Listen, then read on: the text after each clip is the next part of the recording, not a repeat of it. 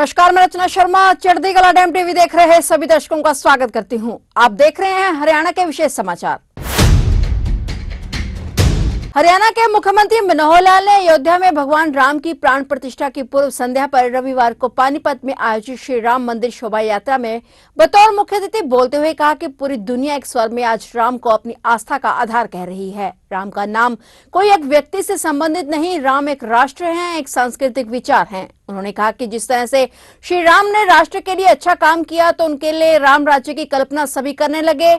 इसी तरह हमने 10 सालों में अच्छा राज चलाने का काम किया है और राम राज्य की पूरे देश ही नहीं राज्य में भी प्रथा शुरू हो गई है। राम राज्य के लिए कोई भी नीति बिना राम के कल्पना भी नहीं की जा सकती। उन्होंने कहा कि राम जी के मंदिर में रोड़े अटकाने वाले और उनका अनादर करने वाले लोगों, कारसेवकों पर अत्याचार करने वाले लोगों को फल भुगतना होगा। वहीं उन्होंने आशा व्यक्त की कि ऐसे लोग सही दिशा में चलें। मुख्यमंत्री ने कहा कि जिस तरह राम जी ने जीवन की अपनी भूमिका में अपनी मर्यादा और अपने धर्म को निभाया, इस तरह के व्यवहार को अपने जीवन में भी अपनाएं। इस मौके पर प्रसिद्ध संगीतकार और गायक कैलाश खेर ने अपने भजनों से रंगारंग प्रस्तुति दी और लोगों ने इसका खूब आनंद उठाया। वही रामलला के आगमन को लेकर देश भर में जश्न के बीच हरियाणा सरकार ने बड़ा ऐलान किया है। हरियाणा के पानीपत में प्राण प्रतिष्ठा की पूर्व संध्या पर एक जुलूस में सीएम मनोहर लाल ने घोषणा की कि पानीपत में गोहाना चौराहे का नाम बदलकर श्री राम चौक और रेलवे रोड चौराहे का नाम बदलकर महर्षि वाल्मीकि चौक कर दिया जाएगा। सीएम मनोहर लाल ने भगवान राम को मर्यादा पुरुषोत्तम बताया और कहा कि देश में राम राज्य आ रहा है। उन्होंने उन लोगों पर भी निशाना साधा जिन्होंने रामलला की प्राण प्रतिष्ठा का निमंत्रण स्वीकार नहीं किया। शोभा यात्रा के समापन पर सीएम मनोहर लाल ने गुरुद्वारा प्रथम पातशाही के बाहर श्रद्धालुओं को संबोधित किया, लंगर प्रसाद भी ग्रहण किया। शोभा यात्रा के दौरान मुख्यमंत्री ने राम भक्तों को एक और बड़ा तोहफा दिया है। अगले महीने 8 और 9 फरवरी को हरियाणा से अयोध्या के लिए एक विशेष ट्रेन शुरू की जाएगी।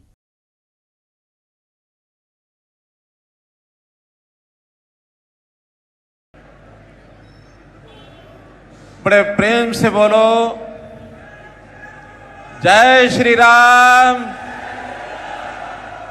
सियावर रामचंद्र महाराज के, सियावर रामचंद्र महाराज के।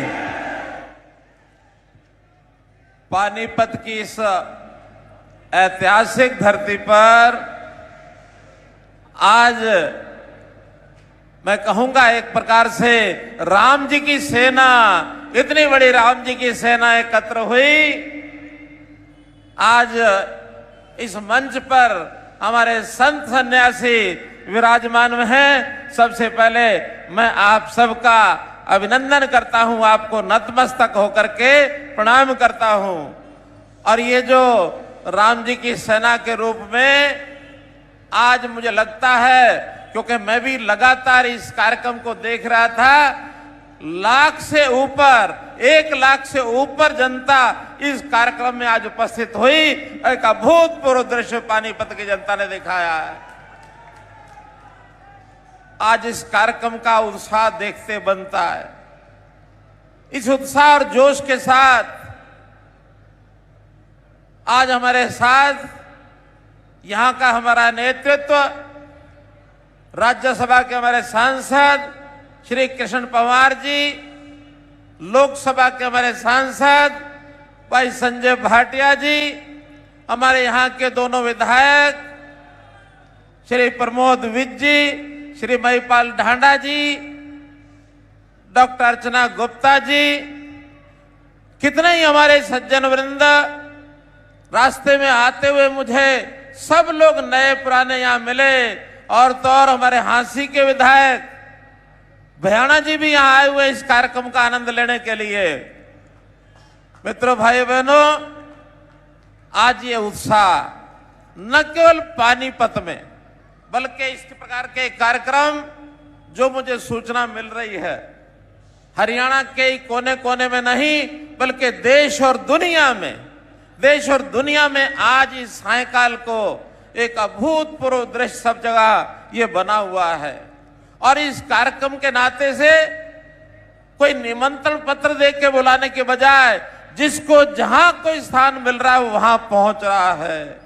क्योंकि आज ये वो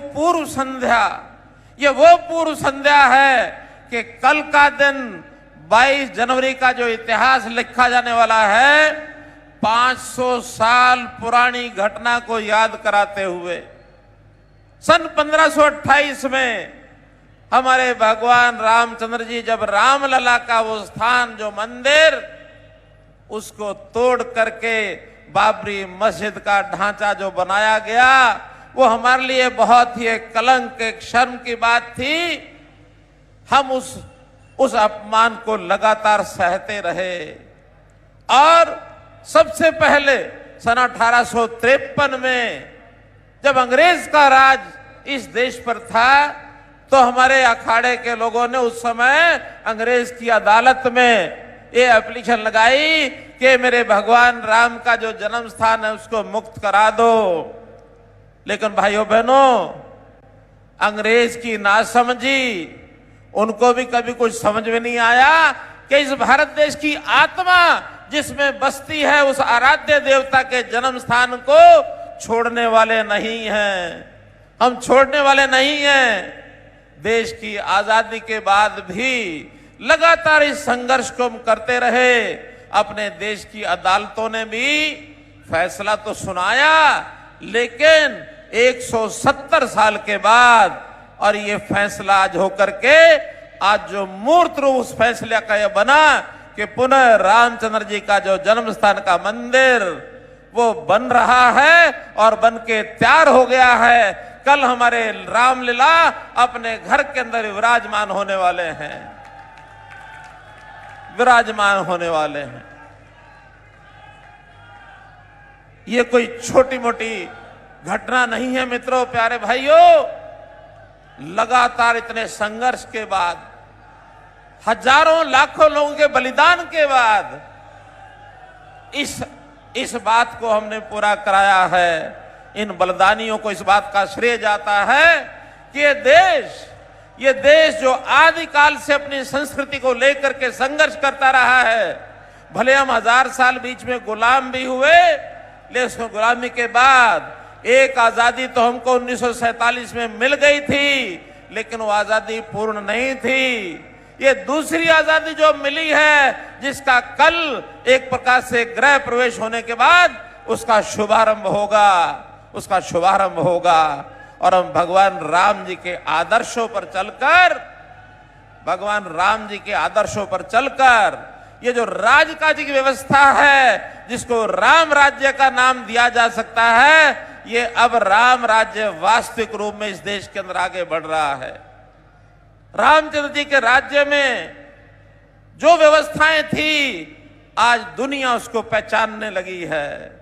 रामचंद्र जी के राज्य में किसी के साथ अन्याय नहीं होता था, सबको न्याय मिलता था। रामचंद्र जी के राज्य में जो अत्याचारी होता था उसको सजा मिलती थी, और रामचंद्र जी के राज्य में जो असहाय होता था, निर्बल होता था, उसको ताकत मिलती थी, उसकी सहायता की जाती थी, वो भी स्वाभिमान से अपने जीवन को जी सकता था। मित्रों, रामचंद्र जी का नाम ऐसे ही लोग नहीं लेते हैं, जन जन के मन में बसा राम जी के बारे में इतना महत्व कि भिन्न भिन्न नामों से हम अभिवादन के रूप में राम जी के नाम को कहीं जय श्री राम के नाम से, कहीं जय सिया राम के नाम से, कहीं राम राम के नाम से, कहीं जयराम जी के नाम से तरह तरह से अभिवादन करते हैं।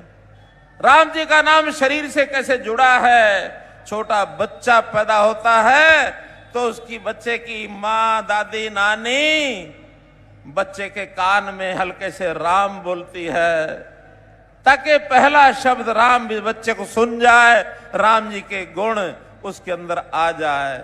और जीवन पर्यंत राम जी के मर्यादाओं के साथ पालन करने वाले लोग ये इच्छा करते हैं कि मैं भी वैसा ही बनूं जैसे राम जी का चरित्र है।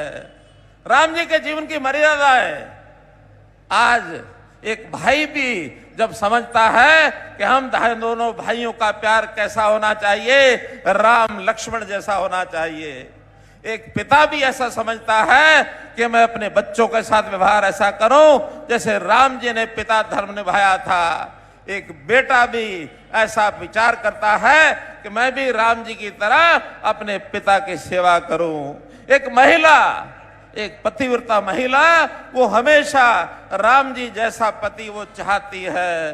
राम जी ने हर भूमिका में अपना धर्म निभाया, अपनी मर्यादाओं को निभाया। बहुत लोग कहते राम जी को हम भगवान नहीं मानते, लेकिन साथ में जोड़ देते हैं वो पुरुष थे, मर्यादा पुरुषोत्तम राम थे, मर्यादा पुरुषोत्तम राम, जिन्होंने व्यवहार की कसौटी पर दुनिया में आचार व्यवहार क्या होना चाहिए इसकी भूमिका तय कर दे। इस भूमिका के आधार पर यदि एक पुरुष के एक शरीर के रूप में व्यक्ति के नाते से कोई सामने दिखता है तो व्यवहार कैसा होना चाहिए, वो रामचंद्र जी जैसा होना चाहिए।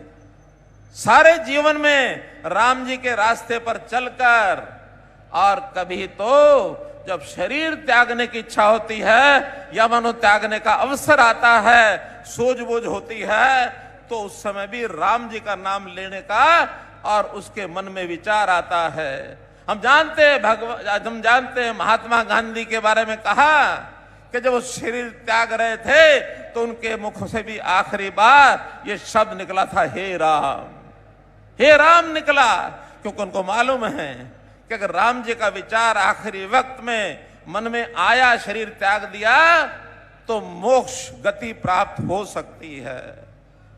एक सज्जन कहते हैं कि उनका कोई एक सेवक, वो सेवक हमेशा उनकी तो सेवा करता था, लेकिन नास्तिक व्यक्ति था, वो राम जी को मानता नहीं था। अचानक मृत्यु शैया पर आ गया, मरने वाला था तो सज्जन ने अपने उस सेवक को कहा, तुम एक बार अब राम का नाम ले दो। कहने लगा, मरना मंजूर, लेकिन राम का नाम नहीं लूंगा। कहने लगा, तुम मर रहे हो? कि हाँ मैं मर रहा हूं। कहने लगे, तुम बोलो मरा। वो कहने का मैं मरा। कहने लगे, एक बार नहीं, तुम बार बार कहो मरा मरा। और इस प्रकार से बार बार सज्जन ने अपने उस सेवक को ये मंत्र दिया कि वो बोलने लगा मरा मरा मरा।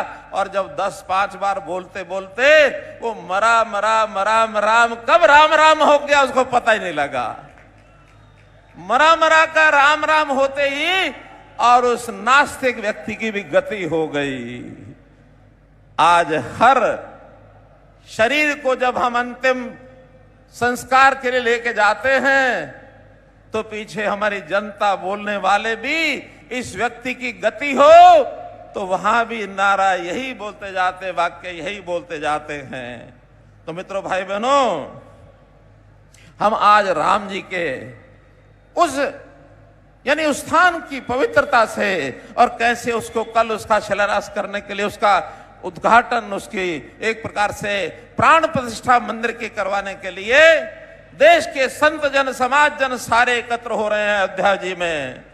और सरकार के प्रतिनिधि के नाते स्वयं देश के प्रधानमंत्री श्री नरेंद्र मोदी जी वहां पहुंच करके और प्रत्यक्ष इस बात के साक्षी होंगे, इस बात के लिए, और देश उनको याद रखेगा क्योंकि काल आया था उस काल में और ये मंदिर का निर्माण होकर के और वहां पर इस काम को किया गया था। भाइयों बहनों, आज सब लोग राम जी के मंदिर के निर्माण के अवसर पर और इस प्राण प्रतिष्ठा के अवसर पर पूरी दुनिया, पूरा देश, पूरा समाज एक स्वर से अपनी आस्था के आधार पर मन में राम का नाम धारण किए हुए हैं। तो ये थे हरियाणा के विशेष समाचार, और नए समाचारों के साथ फिर से हाजिर होंगे। तब तक के लिए देखते रहिए चढ़ती कला टाइम टीवी, और मुझे दीजिए इजाजत। धन्यवाद।